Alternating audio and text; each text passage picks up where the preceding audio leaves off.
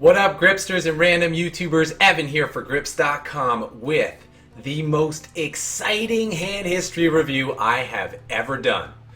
You see our boy over there? See our boy over there, little Epiphany 77? You recognize that name? Yeah, that's our boy. And he did it. He did it big.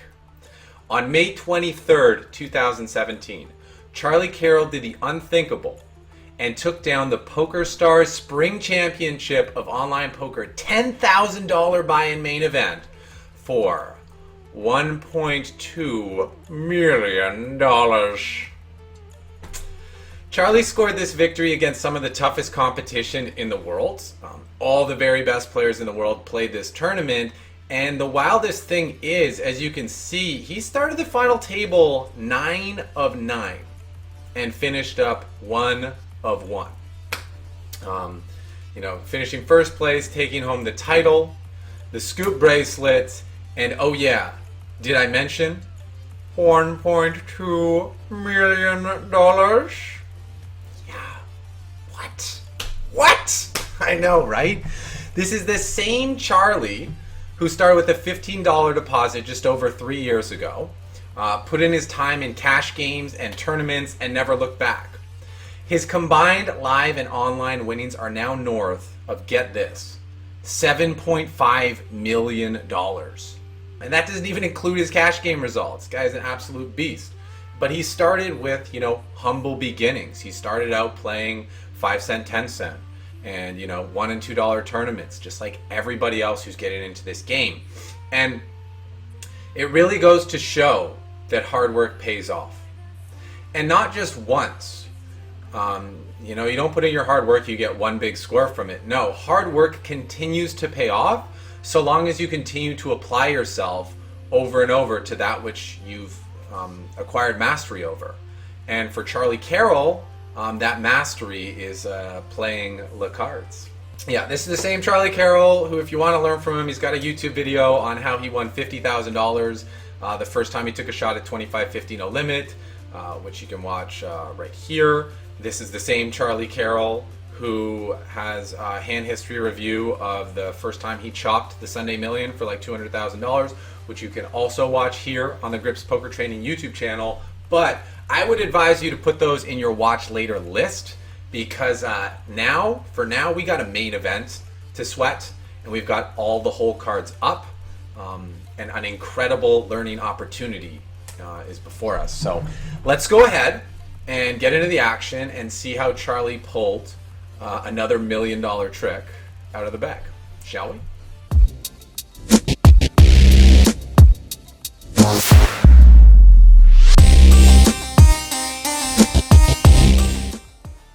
So first, let's look at the lineup. Starting with, we'll pretend the button is seat 1. So the kick is the only player I don't know at the table, but I'm sure if it's a 10K, he has at least half a clue as to what he's doing.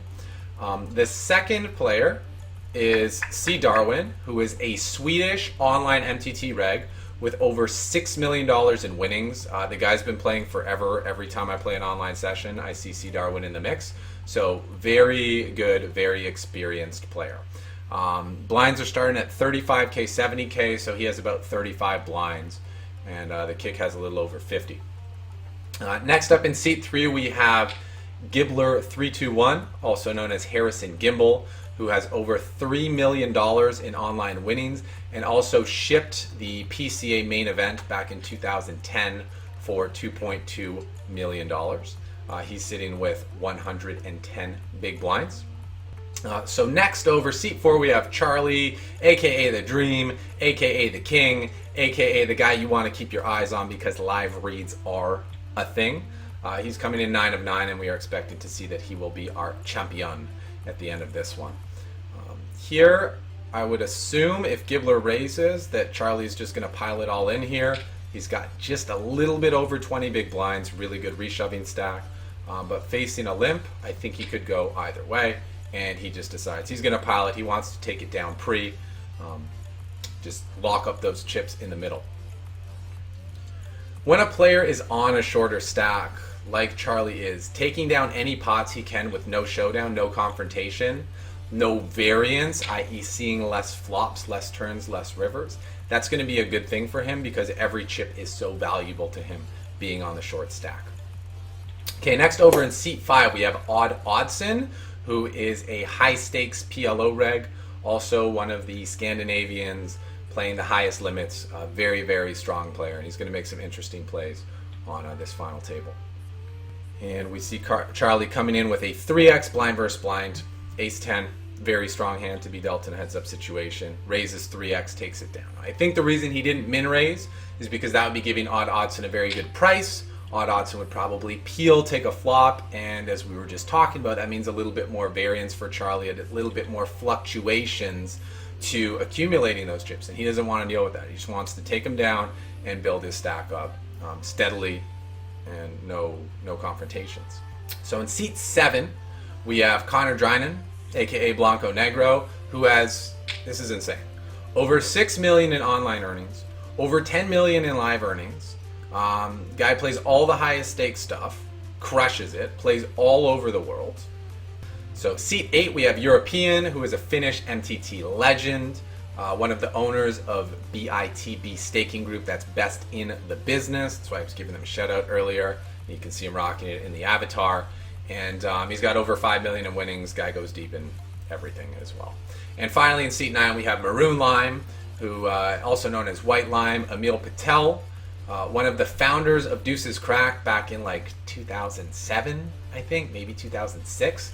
Guy was way ahead of his time back then for the thought process, and clearly he's still got it. He's still very sharp. This is one of the old school legends. So we have a very stacked table. It's definitely not the softest lineup ever, but playing against the best brings out everyone's best. And thanks to PokerStars, we are blessed to get to learn from their play. So, let's keep going. Let's get this party started. Charlie's shipped up a little bit. He's almost up to 30 blinds. Goes for the open with King Jack suited. We see Garen has a playable hand with Jack 10 suited. We see the Kick also has a playable hand with Ace 2 suited. He's getting great odds. He's closing the action. I would expect to see him call here in C3. Boards, no good for anyone. I think of all the players, it probably favors the Kick's range the most, because he's going to have the most small cards in his range. He's defending from the big blind. He's getting a very good price, so we could have those 7x hands, those 6x hands, those 3x, those 4-5s. Whereas Charlie is going to have the over pairs, but most of his range is going to be big cards in Broadway. So it's really just the over pairs and the big flush draws that have hit this board. He decides, though, he's going to bet it. He's going to rep. Garen obviously missed it by a mile, as did the Kick. And Charlie takes that down, and that's a pretty significant pot. He started the table with like 1.8, 1.9. He's already up to 2.7. Interesting. See, Darwin didn't raise the King Rag. King medium on the button, King 7. I think that has to do with ICM. He's one of the shorter stacks, so he's not looking to take fluctuations. He's not looking to take on variance to his stack. And yeah, Charlie, if Charlie was a bit shorter, he's got a good reshove stack, but he doesn't. So I think it's just about ICM not wanting to play pots.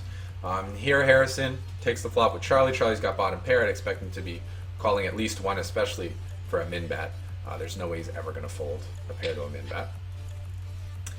And Gibbler's just got the gutter and the 2 Inder cards. I guess he could bet to try to get a 4 or a 3 to fold, but he's got so little invested. It's not a pot that he really needs to fight after that much. Okay, he's going to keep going for it. The question is Charlie peel again with bottom pair? What do you guys think? There's straight draws, there's flush draws. Nah, he ain't going to do it. He's not going to get over invested with that weak hand. Alright, so Europeans opening off like 15, 16, 17 blinds, very shallow. Charlie's got a good looking playable hand, but I would guess he's got a fold on this stack size. No, I would guess wrong, and that's why he's the one playing for the $1.2 million. And I'm just the loving fan, supportive coach, learning from the student who has become the master. Oh yeah. And European flopping very strong for his hand, top pair second kicker, is going into check call mode to give his opponent a chance to bluff at the pot. If he bet, Charlie would most certainly fold a hand like this, and Charlie's hand has like no chance of winning. He's basically drawing dead. So European's like, I got this locked up, put in as many chips as you want. He wants to extract chips from Charlie's bluffs because the amount he's going to get from his value ranges is the same, but out of his bluffs he can get more if he checks. If he bets, Charlie can't pay him off with his bluffs. But by checking and giving Charlie a little bit of rope, he gives him a chance to put some bluffs in there, and he's really giving him all the rope. He's giving him all the chances. Is Charlie going to go for it on the third? Is he thinking maybe my man's got ace high he's trying to show down that I can get him off of? He's got a mid pair. Now there's 2 overcards to that pair. Like nines doesn't love the king and the jack, but it's European. He's probably going to take his price. I don't know. What are we going to do? Only Charlie knows, and we'll just have to wait. Find out. He is going to go for a little bluff. European snaps him. Snaps them. Really liked how European played his hand there. It shows that we don't always have to see bet, and that you can keep checking and inducing all the way to the river. Just because the turn went check doesn't mean you gotta be like, oh, I gotta bet the river to make sure I get my value. No. If you think your opponent does not have a strong enough hand to call, you just gotta keep checking.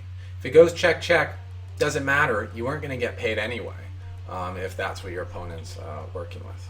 Got the kick opening king jack from EP. Don't think that one's gonna be getting through. I think Charlie on 20 blinds, 19 blinds, gonna be in, pile driving those chips in, looking for that 25% chip up.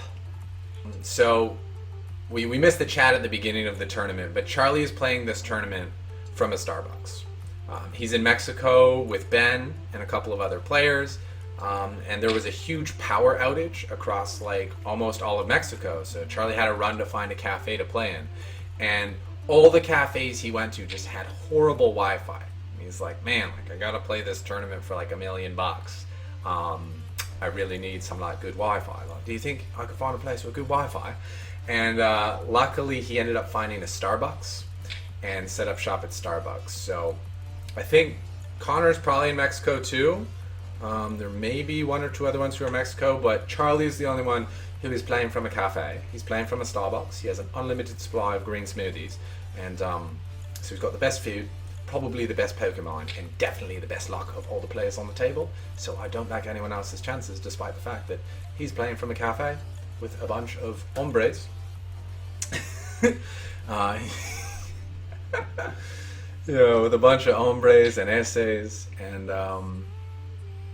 just it's just hilarious. Like seeing the pictures on Instagram, Charlie being like, "Here's me at Starbucks. Everyone else is just drinking their lattes, chilling, and I'm playing for 1.2 million." Just Charlie being Charlie, though. Let's see, he's got gut shot turned here. And what did I tell you? Best luck by far.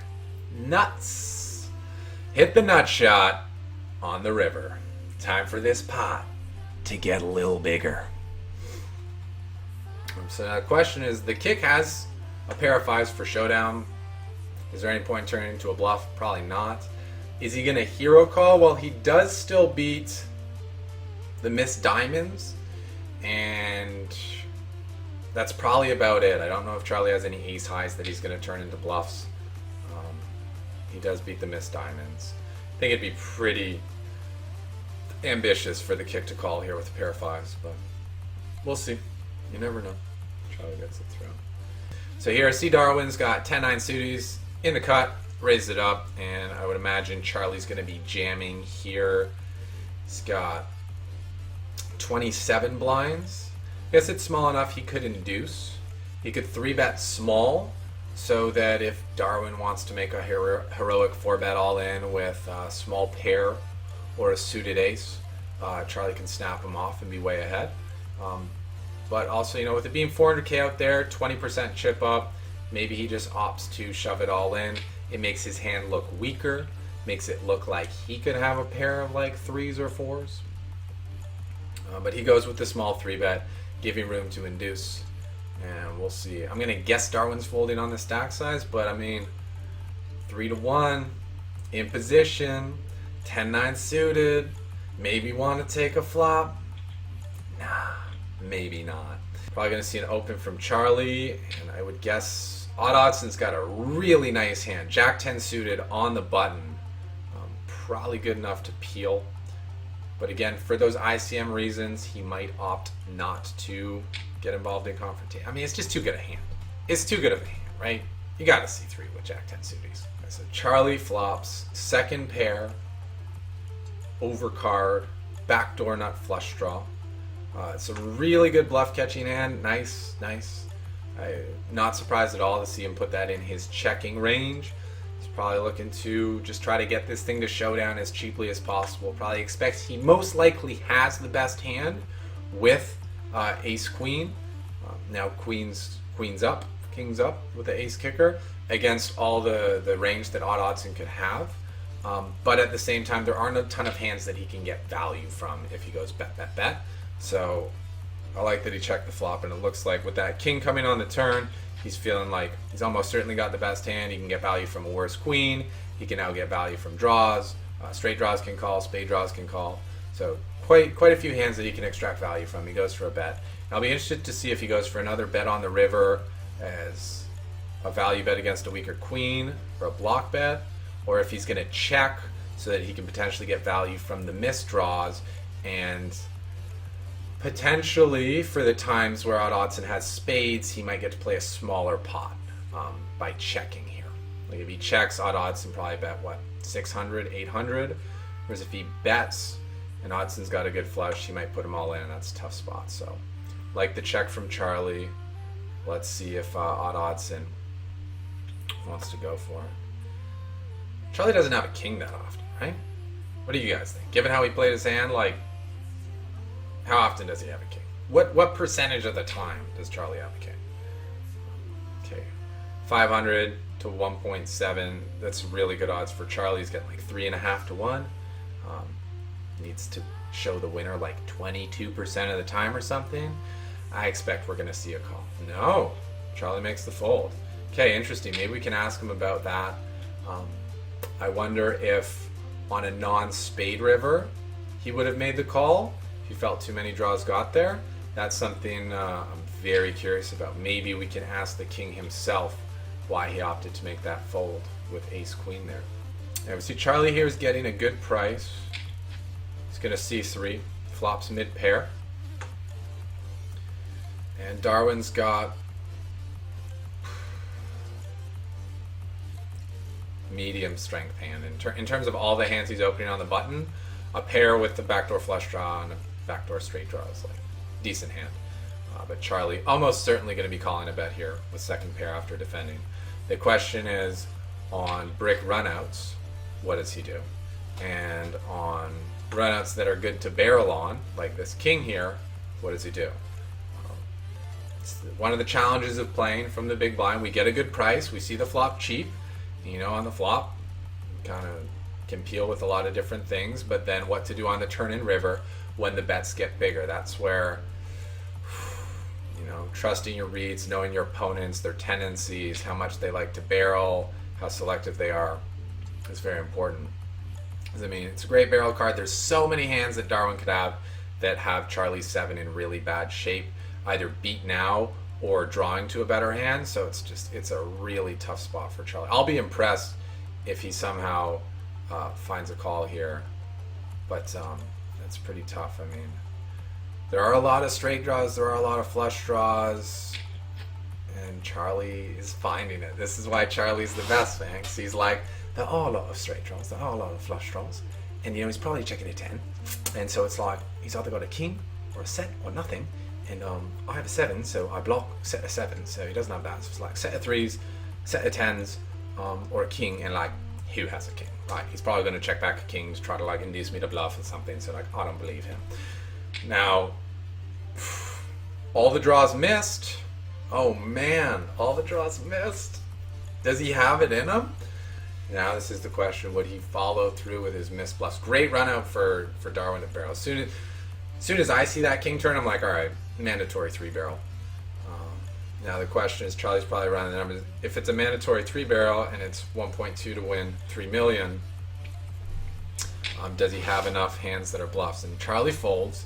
He's down to 12 blinds, and he's still going to pull out. I want to ask him about that hand too. Emil decides he's going to go for the unexploitable shove for 20-something bigs with 8-7 suited. But he has run up into 2 hands who can call.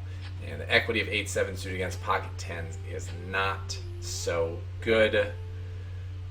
And with that, Emil Maroonline Patel is out in ninth for $91,000.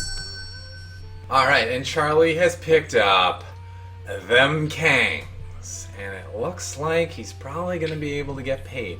Odd Oddson, it's like, I got the Jack 10 suits. I know I only got like 14 bigs, but it's too good a hand. I got to open it. And European's going to be like, bro, play for everything. Charlie on 11 bigs. There is a 70% chip up if he just takes it down. Got a tank. Gonna make it look like we got a tough decision. Do I go all in with my kings? Yeah, I'm gonna go all in with my kings.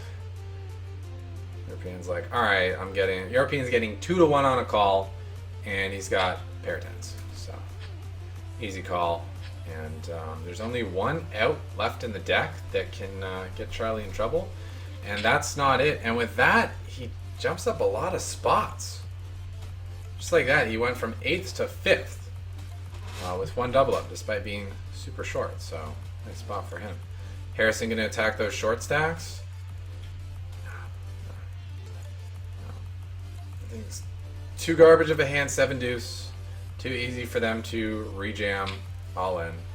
And Charlie's like, oh, I see him. Maximum pressure. Snap shove. Snap shove. Almost up to 30 blinds. Very playable hand, king 10 suited. And we know that Harrison's opening a wide range, especially from late position. So I wouldn't be surprised to see Charlie flat. Guess I could see him throwing in like a small 3-bet bluff with the blocker. Yeah. I think it's too many chips to put all in. And I think it's too good of a hand to fold. So he opts to go for the 3-bet. And now Harrison's kind of in a similar spot. It's a big 3-bet. Almost a full 3x. Harrison's out of position. He has a hand that flops well. He also has a hand he can just 4-bet shove all in. And that's what he opts to do, he says. Alright, Garen with the flat. See, European takes the squeeze spot. I think Garen's probably going to look him up here. 1.4 to play for a pot of 4 million and a chance to eliminate a strong player. Not that they're not all strong, but he can afford it. It's only for a quarter of his stack. European may be shoving a couple of worse hands, and they're flipping a lot. And in this case, Garen wins the flip. European is eliminated in 8th place for $127,628. And then there were 7 who are all guaranteed 178Ks. And it looks like some chips are going to fly again, boys. We got Connor on the button, 19 blinds with ace-queen. And yeah, that's all in. Now, wow. We know Darwin's got a callable hand. The kick has a callable hand as well here, because Connor can be shoving with all pocket pairs, and 8s is doing really well against those pocket pairs. And I got to pause here, because this is a really, really dicey spot for Darwin. Okay? Right now, everyone is guaranteed $178,000. The next pay jump, it's 8 buy-ins, but in real money, it's $80,000. So whether they're thinking in terms of buy-ins or real dollars, life money, not sure. But 80K. If Darwin calls and does not win the hand, he's getting 7th, because Connor has him covered. If he calls, the kick wins and eliminates both of them. Darwin would get 7th for 178K, and Blanco Negro Connor would get 6th for 250K.